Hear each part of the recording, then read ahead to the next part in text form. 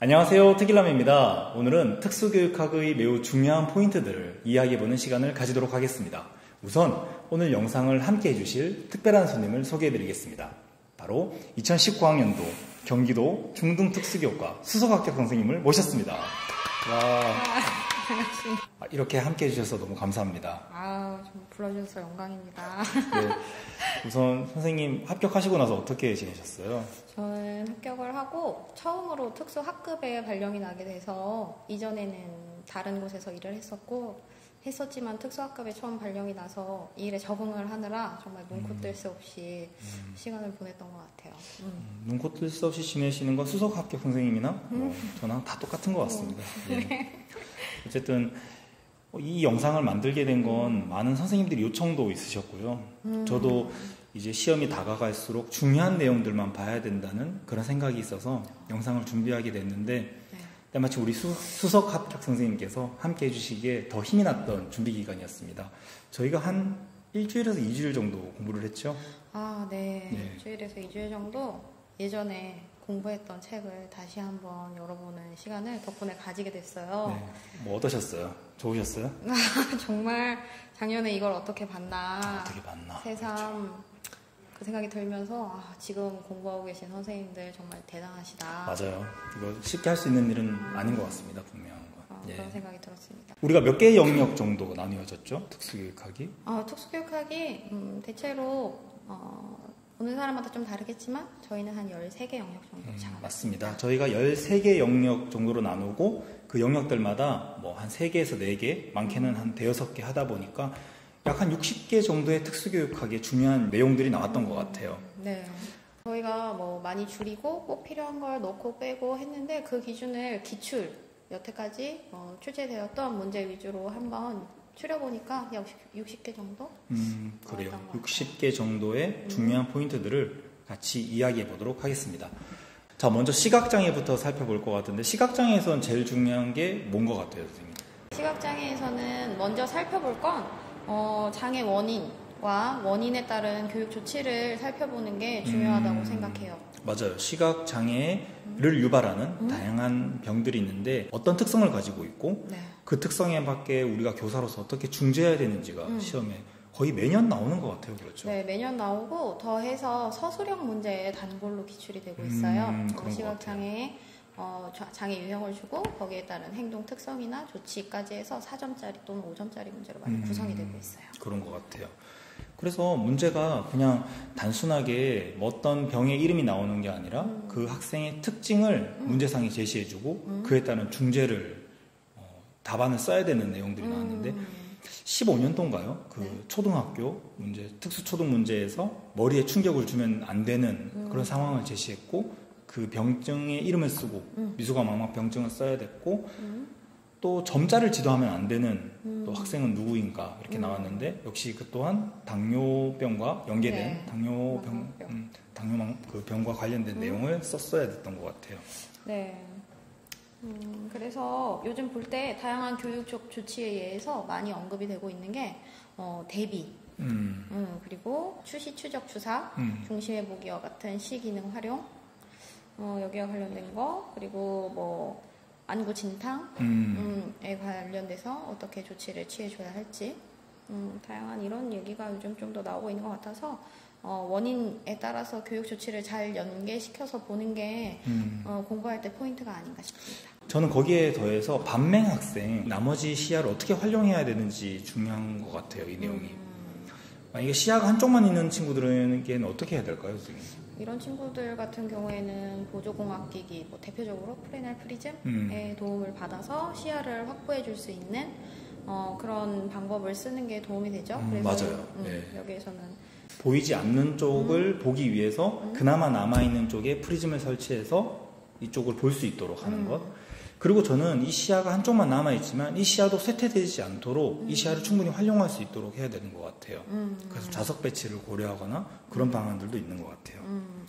좌석 배치는 그러면 좌측 반맹인 경우 우측 시야만 남아있을 때 어느 쪽에 앉히는 게 좋을까요?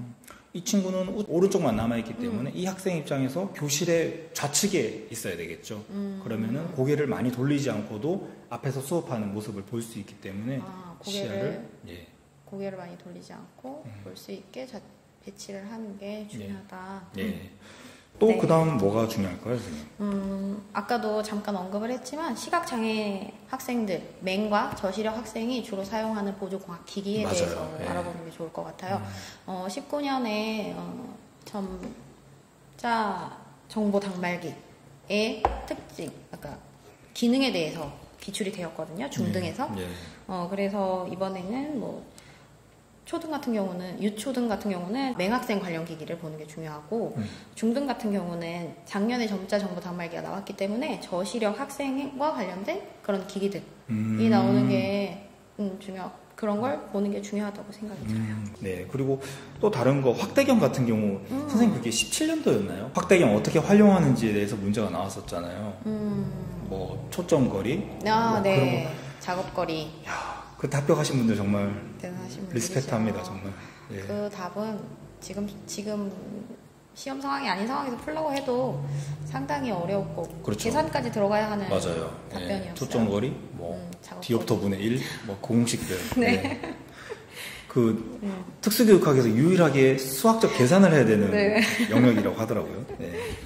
그 다음 CCTV도 중요하고. 저는 CCTV에서 대비를 높일 수 있는 방안으로 CCTV를 활용하기 때문에 사실 시각장애 학생들이 대비 감도가 떨어져서 활자를 잘 못 읽는 경우가 많은데 이게 CCTV도 상당히 유용하게 쓰일 수 있다는 거. 확대랑 축소뿐만 아니고. 맞아요. 그 다음 시각장애에서 또 중요한 게 뭐 있을까요? 언급된 지 얼마 되진 않았지만 확대 핵심 교육과정 정의를 묻는 그때 확대 핵심 교육과정 키워드가 답이었었나요? 그렇죠. 확대 핵심 교육과정이 무엇인지 시각장애인이 사회적 구성원으로서 그 사회에서 독립적으로 살아가기 위한 모든 기술과 지식 이런 것들이 모두 다 확대 핵심 교육과정이라고도 하고 확대 기본 교육과정이라고도 동의어가 있더라고요. 그래서 이게 점자도 될 것이고요. 보행도 될 것이고 다양한 보조공학 기기를 활용하는 것 어쨌든 시각장애인들이 이 사회에서 독립적으로 살아가기 위한 모든 지식과 기술들을 확대 핵심 교육과정이라고 칭하더라고요.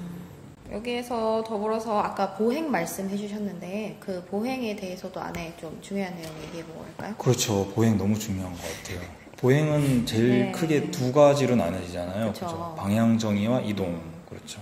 저는 방향정의에서 인지지도가 좀 한번 출제되긴 했는데 이 세부적인 내용도 중요한 것 같아요. 네, 맞습니다. 경로 인지지도랑 총체 인지지도로 나눠지긴 하는데 그것보다 더 중요한 게 이 인지지도를 형성하는 과정의 방법, 자기 대화와 평행 대화, 평행 대화가 나눠지는데 이게 전 특이한 게 의사소통 장애에서 교사의 발화 유도 전략에 그때 자기 대화, 평행 대화랑 또 그게 반대더라고요. 네, 맞아요. 그래서 이게 공부할 때 좀 헷갈리는 내용인 것 같기도 해요, 이게. 맞아요. 기출에서 보면 최소 대립상, 이 수화에서도 또 연결돼서 나왔었거든요. 의사소통의 최소 대립상이 수화에서 최소 대립상과 연결돼서 나왔기 때문에 이런 것도 좀 비슷한 단어가 있으면 개념 정리에도 좋고 또 문제를 구성할 때도 또 사용될 수 있기 때문에 좀 찝어서 보는 거 좋은 포인트를 잘 말씀해 주셨어요. 맞아요. 이게 자기 대화 같은 경우는 간단하게 말씀드리면 학생이 자기가 하고 있는 행동, 시각장애 학생들이 인지지도를 형성하는 과정에서 하는 말을 교사가 듣고 거기에 대한 피드백을 해주는 것이고 평행대화 같은 경우는 교사가 학생의 입장에서 그 학생의 보행 활동을 중계해 준다고 해야 되나요? 그렇게 하는 건데 또 의사소통 장애에서와 또 다른 용어니까 잘 정확하게 알고 있어야 될 것 같아요. 또 방향정의에서 환경을 탐색하는 방법이 또 두 가지가 있죠. 환경 탐색하는 방법 뭐죠? 두 가지? 이게 격자 탐색법이 하나 있었고 하나가 둘레 파악법인가요? 맞아요. 둘레 파악법, 격자 탐색법. 좀 고전적인 내용이긴 한데 알고 있으시면 나중에 문제 나왔을 때 당황하지 않고 서술할 수 있을 것 같아요. 방향정의는 그 정도 보면 될 것 같고 자, 그럼 보행의 두 번째 요소인 이동. 이동에서는 어떤 게 또 포인트가 될까요? 이동에서는 사실 이동은 2009년도부터 2013년 추시까지 계속 중등에 계속 출제가 되다가 한동안 출제가 안 됐던 영역이에요. 안 됐어요? 안 됐다가 2018년도, 2019년도 2년 연속으로 다시 등장을 하기 시작했어요, 중등에서. 네, 불안한데요? 그랬을 때는 그 말씀대로 보는 게 좀 중요하고 작년에 나왔으면 올해 안 나올 것이다라고 많이 수험생들이 지나치지만 이렇게 연이어서 쭉 나오는 영역 같은 경우는 작년에 비록 출제되었다고 해도 계속 봐주는 게 중요해요. 일단은 방향정의가 내가 있는 곳에서 환경 내에서 사물과 나의 관계를 파악했으면 이제 목적지까지 안전하고 효율적으로 이동하는 것이 이동인데 이동하는 방법에는 안내견도 있고 안내인의 도움을 받는 곳도 있고 지팡이를 활용하는 곳도 있는데 더해서 전자보행 보조. 전자보행 보조기구 맞아요. 네. 소닉 가이드였나요? 네, 요즘 IoT나 그렇죠. 다양한 전자 기술들이 되게 발달을 하고 있기 때문에 이런 거에 대해서 가위 기법, 직각 맞아요. 기법 이런 것도 알아보고 가면 좋을 것 같아요. 맞아요. 문제가 이제는 그렇게 단답형으로 나오지 않더라도 그런 내용들을 서술형과 연계해서 써야 되기 때문에 이렇게 다양한 걸 알고 있다면 뭐 2가지 쓰시오, 3가지 쓰시오 하면 이 한 가지를 더 확보할 수 있는 거니까 이런 키워드들도 알고 있으면 좋은 것 같습니다. 그리고 지팡이 안내법, 안내견 같은 경우는 각각의 장단점을 알고 있으면 좋을 것 같아요. 네, 맞습니다. 뭐 다 좋을 수만은 없잖아요. 모든 게. 뭐 안내인이 다 좋다, 안내견이 다 좋다가 아니고 뭐 어떤 경우는 좋겠지만 어떤 경우는 좋지 않겠다. 뭐 이런 내용들을 알고 만약에 문제에서 안내인을 활용하는 거에 대한 문제점을 제시하고 극복 방안을 말하라 라고 했을 때는 안내인의 단점 알고 있어야 될 것 같고요.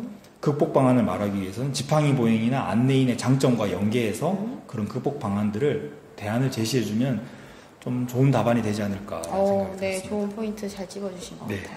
그 다음 시각장애 포인트는 듣기지도와 점자지도 한번 이야기해 볼까 하는데 먼저 듣기지도부터 이야기 드리면 쉽게 말해서 점자나 활자책이 아니라 들으면서 공부를 하고 내용을 이제 인풋을 하는 과정인데 듣기지도도 역시 장단점이 있는 것 같아요.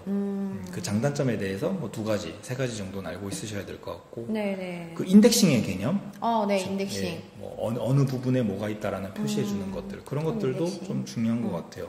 그리고 우리가 교사로서 녹음 도서를 만들 수도 있잖아요. 녹음 도서를 만들 때 유의해야 되는 사항들 이게 18년도, 17년도 초등에 한번 나왔던 것 같아요. 그렇죠? 나왔던 것 같아요.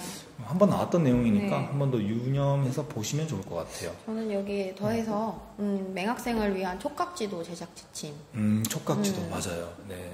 뭐 이렇게 10손가락 펼쳐서 몇 인치 내 크기, 유도선을 제일 마지막에 활용해라. 나와 같은 몇 가지 포인트들을 좀 알아두시면 좋을 것 같아요. 그것 또한 교사가 나중에 학교에 갔을 때 학생을 위해서 줘야 되는 자료이기 때문에 좀 중요하다고 생각해요. 저도 그 선생님 한번 말씀하신 유도선 그 부분이 보니까 마지막에 사용해라는 말도 어떻게 보면 안 썼으면 하는 내용이더라고요. 쓰지 마라, 쓰지 마는데 최후의 수단으로 정말 하다가 안 됐을 때 어쩔 수 없을 때 써라 라고 하더라고요. 그래서 왠지 유도선, 가이드라인이라고 하는데 그 유도선을 쓰면은 도움을 주는 것 같아서 써야 될 것 같잖아요.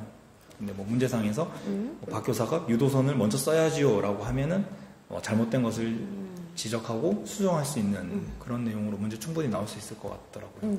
좋습니다. 그리고 그다음 빠질 수 없죠. 시각장애 지도에서 점자지도. 점자지도는 점자는 정말 어려운 것 같아요. 어렵죠. 암기해야 되는 부분도 많고. 그렇죠. 그리고 얼마 전에 또 점자가 개정이 되었죠. 네, 그렇죠. 개정되었을 때 그 개정된 부분을 중심으로 좀 보고, 학교에서 주로 사용하는 단어, 보건실, 예절실, 교과서에 나오는 단어, 뭐 이런 위주로 많이 문제가 출제됐던 것 같아요. 그래서 다양한 몇 가지 법칙, 뭐 중요한 법칙 뭐가 있는 것 같나요? 아무래도 중성 빼기 법칙. 그 3가지 예외 있죠. 예외. 가사, 라차. 가사는 따로 제자돼 있고 라차는 쓰지 않고. 그리고 마을과 물. 그리고 팥. 정말 많이 기억하고 계시네요.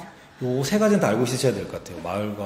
마을 같은 경우는 이제 아로 끝나고 받침이 없고 그 다음에 초성이 이응으로 시작하는 경우 쓰는 것이고 팥 같은 경우는 팥과 폐를 네.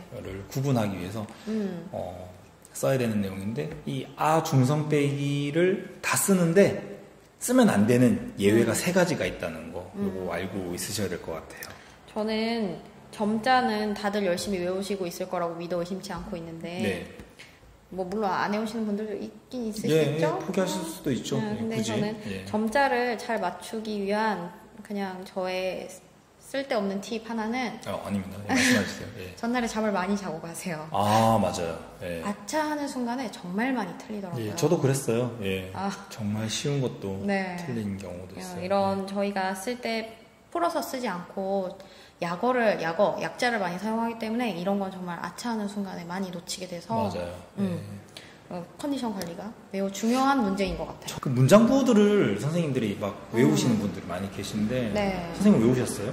저는 대체적으로 많이 사용하는 대표 문장 구호만 위주로 보고 뭐 느낌표, 따옴표, 괄호를 보고 들어갔던 것 같아요. 제가 사실 암기를 되게 못하는 케이스라서. 아 그래요? 네. 의외인데요. 네, 암기를 잘 못해서 좀 많이 취사 선택을 많이 하려고 노력했던 건데 취사 선택 하려고 노력했던 것 중에 하나가 이 점자에서도 문장 구호는 다 외우지 못하고 들어갔습니다. 자, 그럼 시각장애 하나 더 말씀하실 게 있다고. 네. 네. 한 가지 더 중요한 포인트를 뽑아봤어요. 뭘 뽑아봤냐면 시각장애 중도 중복장애 학생 지도 파트인데요. 네. 요즘 중도 중복장애 학생의 지도에 대한 그런 문제가 많이 출제되고 있고 현장에서도 중도 중복장애 학생의 지도에 대한 목소리가 매우 커지고 있는 그렇죠. 상황이에요. 그래서 기출문제를 쭉 봤을 때 예전에는 저시력과 맹학생의 교육 파트에서 상당히 많이 출제가 되었다면 2016년부터 확대 핵심 교육과정 그리고 18년도에 입체 복사 자료 그리고 19년도에 손 아래 손 안내법과 네. 같이 중도 중복 장애 학생을 위하여 필요한 지도 방안들이 이제 나오기 시작했어요. 이 중도 중복 장애 학생들을 교육할 때 또는 의사소통을 지도할 때 주로 사용하는 방법들에 대해서 그렇죠. 알아두시면 좀 도움이 될 것 같아요. 예, 그걸 뭐 촉각 언어, 손 아래 손, 손, 이 손 아래 손. 손, 그거 보니까 네. 기억이 나네요. 네. 타도마도 있고, 네. 사물 상징, 사물 단서, 다양한 단어가 있는데 중도 중복 장애 학생들한테 상당히 필요한 영역인 것 같아서 이런 부분은 꼭 저희가 지금 기출 문제를 다시 훑어보는 상황이긴 하지만 학교에 가서도 중도 중복 장애 학생을 만났을 때 많은 도움이 될 수 있을 것 같아서 뭐라고 추천드리고 싶어요. 네, 알겠습니다.